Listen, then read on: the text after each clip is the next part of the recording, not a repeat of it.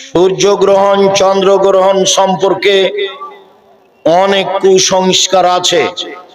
গর্ভবতী মহিলাদের করণীয় কি? গর্ভবতী মহিলারা তাসবিহ তাহলিল জিকির আজকার দান খায়রাত করবে। কোনো কিছু করলে সন্তানের ক্ষতি হবে, এটা শিরক। গর্ভবতী মহিলারা চন্দ্র সূর্য গ্রহণে যেটাই করুক না কেন সবই শিরক। তাসবিহ তাহলিল জিকির আজকার করবে। সম্ভব হলে যেখানে সলাতুল কুসুফ চলছে ছেলেদের ওখানে, মেয়েরাও সেখানে যাবে সম্ভব হলে। আরাফার মাঠে রাসূল সাল্লাল্লাহু আলাইহি ওয়াসাল্লাম সালাত আদায় করেছে কিনা?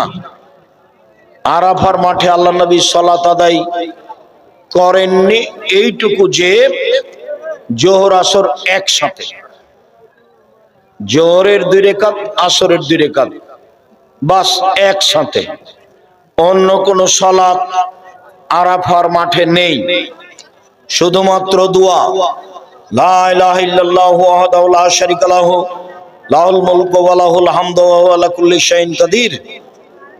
আর এমনি তাকবীর, লাব্বাইক আল্লাহুম্মা লাব্বাইক লাব্বাইক লা শারীকা লাক লাব্বাইক ইন্নাল হামদা ওয়ান নি'মাতা লাকাল মুলক লা শারীকা লাক।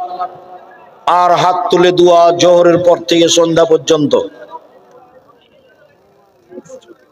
মেন্স যদি দীর্ঘদিন থাকে তাহলে কি নামাজ রোজা চলবে? হায়েজের নির্ধারিত সময় হলো 5 দিন বা 6 দিন। প্রথমটা মনে রাখতে হবে মা খালাকে, প্রথমে যে কয়েকদিন হায়েজ হয়েছে সেটাই হিসাব।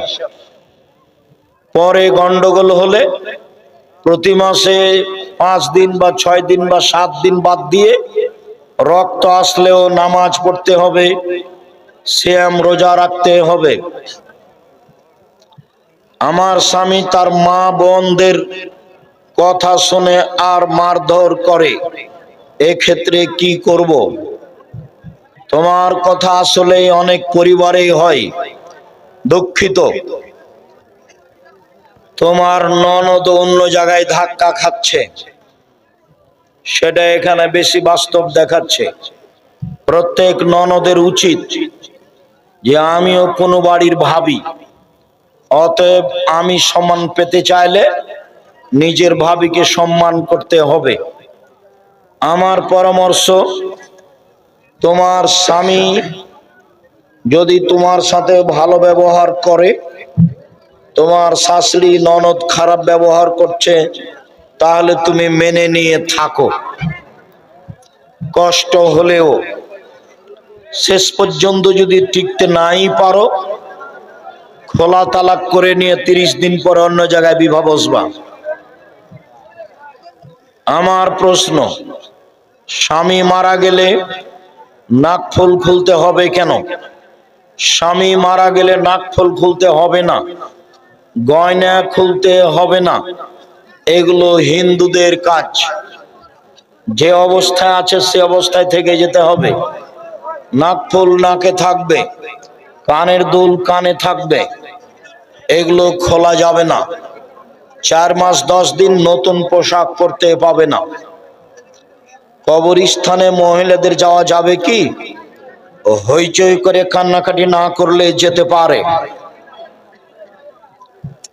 গরুর প্রসাব পাক নাকি না পাক? যদিও আমি ওইটা বলতে চাইনি যেটা মৌলানা সাহেব বলেছেন।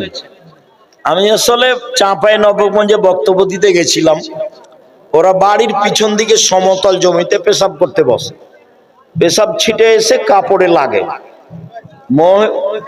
মানুষের পেশাব ভয়াবহ, তাতে কবরের শাস্তি হবে।